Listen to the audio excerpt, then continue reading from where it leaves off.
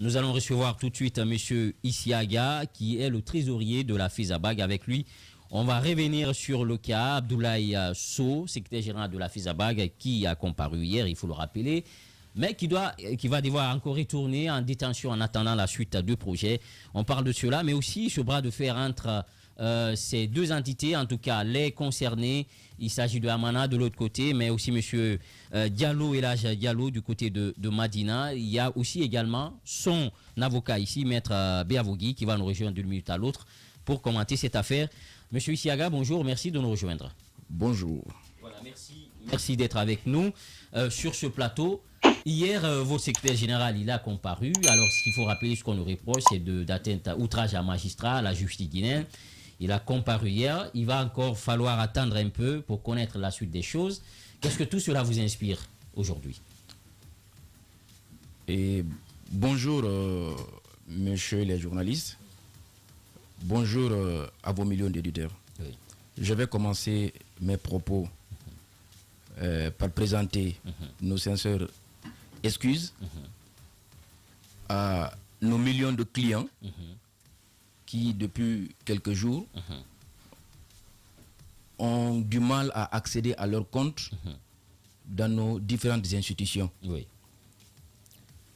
C'est difficile pour ces clients, pour nous, donc ça pénalise tout le monde. Donc je ne peux pas venir ici dans votre studio, au nom de la fédération, prendre la parole sans présenter nos excuses à ces clients. Et également leur faire comprendre que le combat que nous sommes en train de mener aujourd'hui, c'est un combat qui les concerne. Allez-y. C'est pour leur intérêt aussi.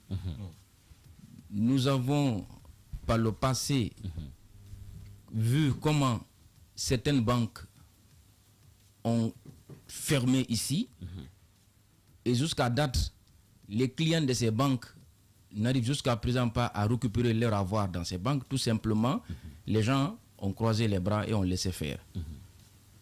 Et nous, dans notre vocation de défendre le travail et le travailleur, nous mettons l'intérêt de tout le monde dans le panier.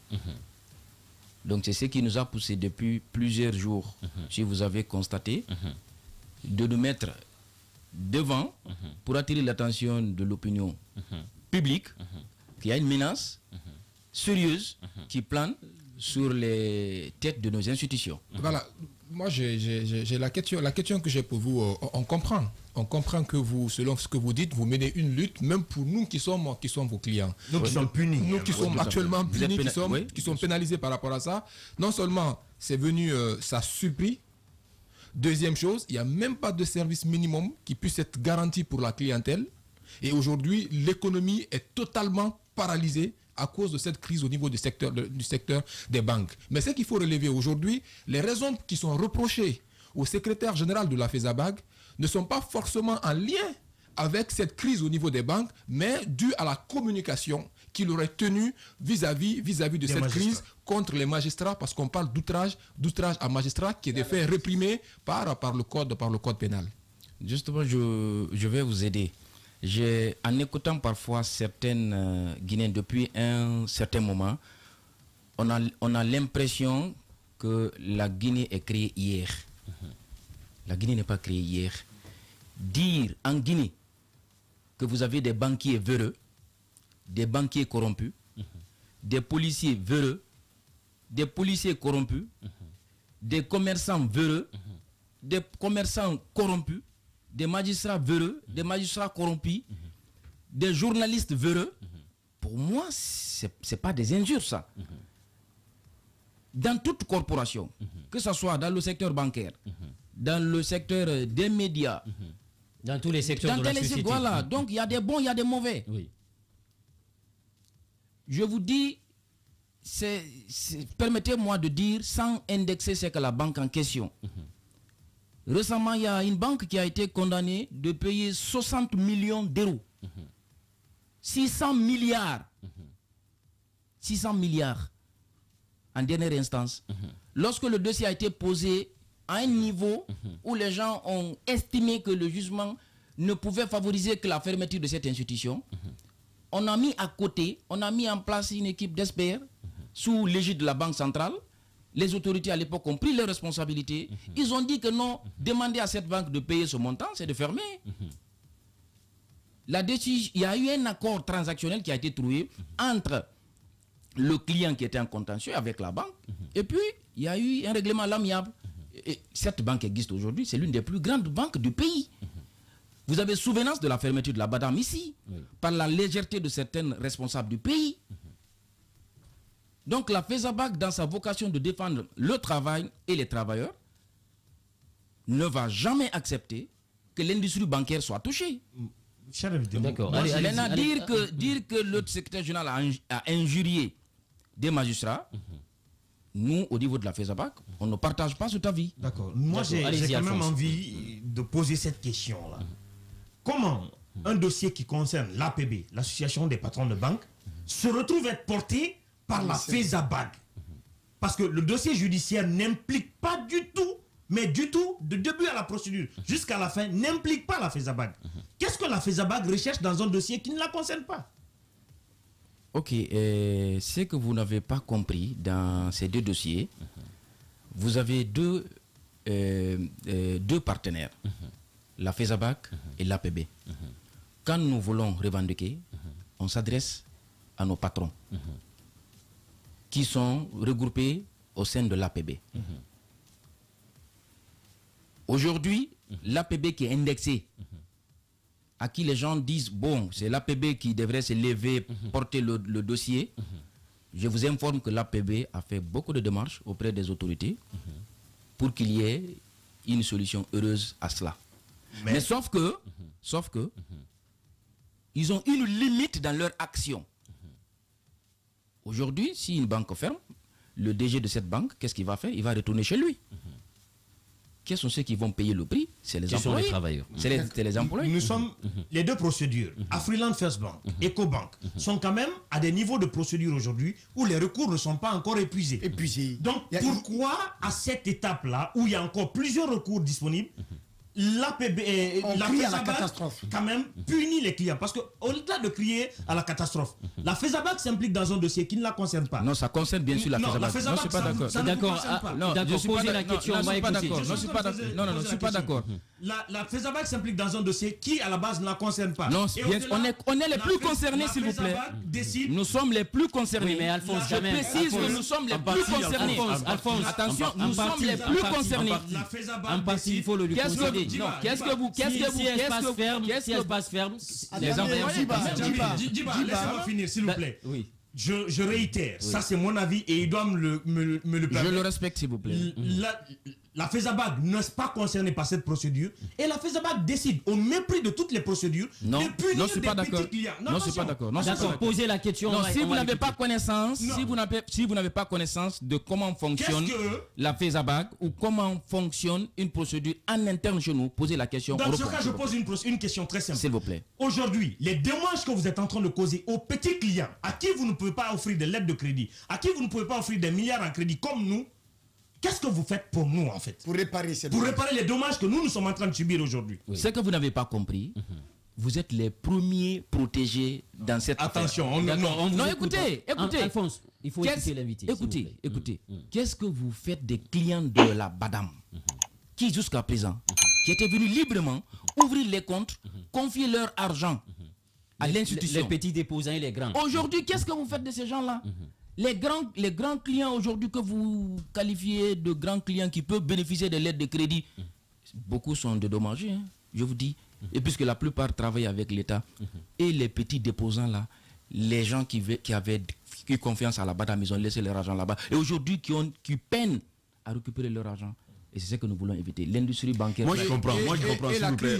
Si on prend la crise actuelle, on va s'écouter. On pose des questions énormes. Voilà. Si on prend la crise actuelle, il y a beaucoup d'opérateurs économiques qui n'ont pas accès à leur argent également dans ces banques-là, qui sont aujourd'hui peinés, qui sont en train de perdre dans les différentes activités qu'ils sont en train de vivre. Qu'est-ce que vous, également, est-ce que vous avez tenu compte de tous ces facteurs-là en fermant les banques-là? Là où la question que je me pose, pourquoi la FESABAC, en faisant cette grève, après cette décision de fermeture des banques, n'a pas au moins pensé à mettre en place un service minimum, ce ne reste qu'aider pour le respect des clients. Pour le respect, bien entendu, de ses clients. Pour votre information, il y a des services minimums. Non. Écoutez, attendez. Là, monsieur So, c'est le nom. Monsieur Isiaga, là, je ne serai pas d'accord avec vous. Moi, j'ai un chèque avec moi depuis lundi dernier. Oui, c'est un chèque. Moi, je vous parle des guichets automatiques. Attendez, j'en viens. Sinon, je ferme tout. J'en viens. Moi, j'ai un chèque pour une remise depuis lundi jusqu'ici. Nous ne sommes pas parvenus. Il y a un chèque également que nous devons envoyer à la banque pour un retrait. Jusqu'ici, on n'est pas parvenu à le faire. Et qu'est-ce que vous faites des gens là, dont les parents envoient de l'argent de l'extérieur pour la prise en charge, n'est-ce pas, des siens qui sont malades et des jeunes également qui font le paiement pour leur passeport dans certaines banques. Eh bien, il y a des étudiants, des cas de maladie et tout ça. Toutes ces situations, beaucoup de gens dépendent du secteur bancaire aujourd'hui. Eh bien, tout le monde est paralysé. Qu'est-ce que vous faites de cela?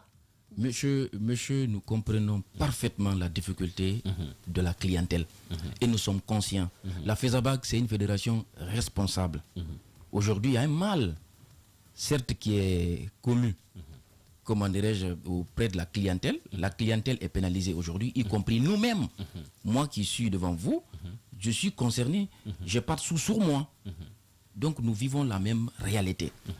Mais sauf que vous n'avez pas pointé du doigt là où ça a commencé. Il y a tout de suite votre confrère qui m'a demandé pourquoi la FESABAG tout de suite s'est levée pour prendre un dossier qui n'a pas... Qui ne le concerne pas. Je le dis déjà que c'est un dossier qui nous concerne. Et depuis tout ce temps-là, je vous dis, si vous prenez les deux dossiers, c'est des dossiers qui datent de plusieurs années. 2016, là, pour Ecobank, c'est à partir de... La relation a commencé en 2011, mais la créance a commencé en 2016. Depuis tout ce temps-là, la FESABAG ne s'était jamais mêlée de ce dossier. Jamais, je dis bien jamais. Il y a eu plusieurs procédures judiciaires. Il y a eu l'ancien ministre Mori Doumbouya qui avait pris ses responsabilités à un moment donné. Pour une médiation. Oui, lorsqu'il a vu la condamnation, il a pris ses responsabilités. Il a trouvé un protocole d'accord où les partis étaient tous d'accord. La FESABAG était hors de tout ça. C'est lorsque le client, en complicité avec certains hommes du système judiciaire, il s'est arrangé à trouver une grosse qui lui donnait force à un commandement à Ecobank de payer. Les huissiers ont commencé à venir à Ecobank, répertorier les équipements, les véhicules, faire descendre les directeurs, puisque c'est saisie-vente. Oui. Ça veut dire que la procédure a commencé. C'est en ce moment la FESABAG s'est levée. Durant tout ce temps-là, on était hors de la procédure. Lorsque nos emplois ont été attaqués, on s'est levé. Il y a un invité qui attend. Moi, je vais finir rapidement pour quitter. Après, vous enchaînez. Pour céder la place. Eh bien, on a beaucoup de questions par rapport à cette histoire. Mais avec cette peine que nous sommes en train de vivre aujourd'hui, je m'abstiens de poser certaines questions en amont. Alors, est-ce que vous êtes au courant? Parce que nous apprenons que la Banque centrale aurait intimé les banques à observer un service minimum, ce qui n'a pas été respecté. Ça, c'est un premier aspect. Deuxièmement, est-ce que la FESABAG a été saisie officiellement par ces banques-là pour, n'est-ce pas, assurer sa défense en tant que organisation syndicale dans la corporation des banquiers? Deuxième question. Troisième question, parce que peut-être un commentaire que je voudrais ajouter, attention, parce que j'ai eu ces informations, Djiba. Oui, allez-y, rapidement. Il se trouve que c'était à l'association des professionnels des banques de porter le combat. Et les voies de recours ne sont pas encore épuisées. Est-ce qu'on veut nous faire croire que pour deux contentieux, deux affaires commerciales de 8 millions de dollars et de 9 milliards de francs guinéens peuvent amener deux banques... C'est plus de 200 milliards. J'ai comme l'impression que vous ne comprenez pas. D'accord. 200 milliards de francs guinéens. Plus de 200 milliards. Oui, parce que... Vous demandez ça à une institution, c'est de mettre la clé derrière et puis elle ferme. J'ai comme l'impression que vous ne maîtrisez pas ce que vous dites, monsieur. Des banques à la taille d'Afriland et d'Ecobank, parce qu'on parle de 130 et quelques milliards de l'autre côté. D'accord. Est-ce que ces montants-là, vous voulez nous dire que si, à cause de ces montants-là, ces banques peuvent fermer portes et fenêtres, quand on sait que récemment, Vista, la Bissigui, Paribas, a été condamné au paiement de plusieurs millions d'euros. En Guinée?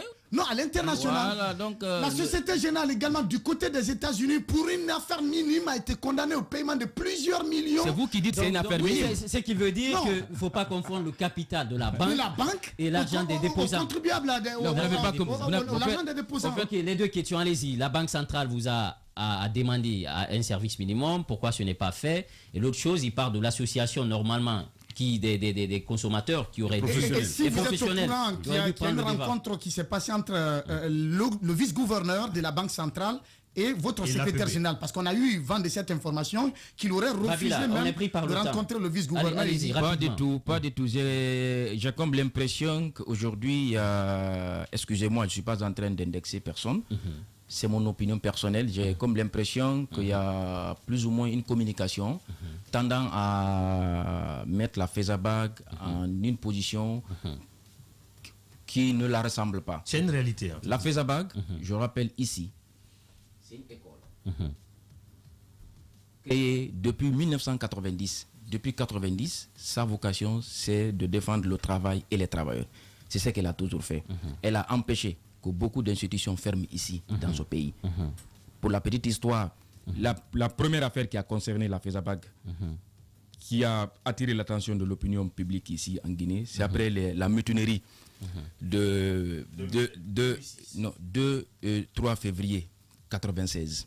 Il y a eu un commerçant qui a été victime de pillage de l'armée à l'époque. Il s'est retourné contre Ugar à l'époque. Il se trouvait que Ugar n'avait pas souscrit avec le client ce type de contrat qui dédommageait carrément le client. Et puis il s'est retourné en justice. La justice a condamné à Ugar de payer un montant faramineux. Lorsque la justice a décidé d'exécuter la décision, feu Dr Ben Fofana à l'époque, qui était secrétaire général de la FESABAG, s'était levé. Il a demandé à ce que toutes les banques, assurances et institutions de microfinance arrêtent. Un arrêt pour une journée, ça a permis aux autorités à l'époque, le feu général Lansana Conté a appelé les syndicalistes, les autorités de la Banque centrale de venir s'expliquer. Oui. Lorsqu'on lui a montré le dossier, il a regardé, il dit mais attendez, qui est ce juge qui a rendu ce jugement-là? Vous demandez à cette compagnie de payer son montant, ce n'est pas une façon de la dire de fermer. Il dit mettez ça à côté. C'est qu'il y a une procédure illégale. Mettez ça à côté, pas des erreurs, attention. Attention, écoutez. Si un magistrat, excusez-moi, se prononce sur un dossier qu'il ne maîtrise pas trop, il est de la responsabilité des autorités du pays de voir... Non, là, ça devient de l'ingérence. Non, pas l'ingérence. Oui. Pas l'ingérence.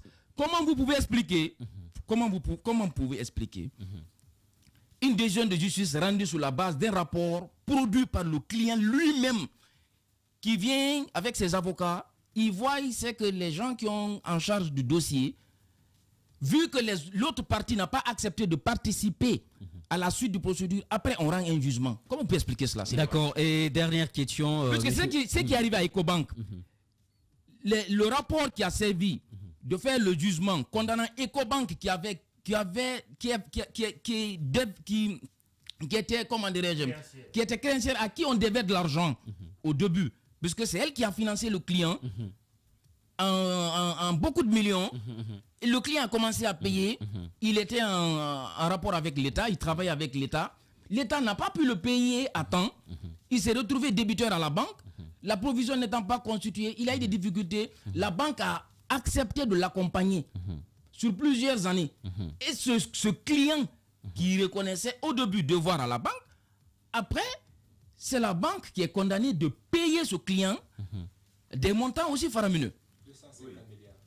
Le dossier Ecobank, le rapport qui a servi, selon le service juridique de la banque en question, le rapport qui a servi de faire le jugement pour condamner Ecobank, c'est un rapport qui a été fourni par le client. Le client a pris ses experts, 4 experts, après que la Banque centrale avait commis 5 experts, 2 représentants de Ecobank, 2 représentants du client, et un expert indépendant. Ces 5 ont produit un rapport. Ça, c'était le premier rapport qui donnait raison à Ecobank Il a fait fi à ça, il a trouvé ses propres experts à lui, il a fait son travail. Ecobank s'est dit qu'on n'est pas concerné par ça, puisque vous êtes sorti hors de la procédure. C'est ce rapport-là qui a servi la condamnation d'Ecobank. Alors moi, je comprends votre philosophie. Vous dites aux clients de serrer la ceinture jusqu'à ce que vous alliez au terme d'une procédure au très haut niveau. Mais ce que vous dites dans votre explication, c'est que le client, lui, il a compris. Il a décidé alors d'explorer la zone judiciaire, il a trouvé des failles et il a obtenu une décision judiciaire le favorisant. Pourquoi vous, au niveau de la FESABAG, et tout le monde a répété ici, il y a des recours encore qui restent. Il y a un dernier recours. C'est lui qui n'a pas accepté ça. Non, c'est pas qu'il accepte. Attention. Vos avocats doivent relever appel. Ils l'ont fait. Vous devez relever appel. Vous savez qu'est-ce qui a occasionné tout ça? Je vous dis une fois encore, c'est lorsque ils ont mis en action pour recouvrer, exiger Ecobank de payer ses montants. Il y a une possibilité qui reste. Alors justement, saisir les biens d'Ecobank, les vendre. C'est en ce moment que la FESABAG s'est levée. D'accord, voilà, dernière question. Abdoulaye Sow va devoir encore attendre en détention.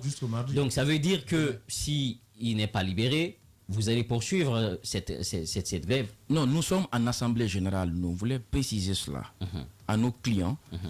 Que nous ne sommes pas en train de saboter le système financier guinéen, qu'ils comprennent.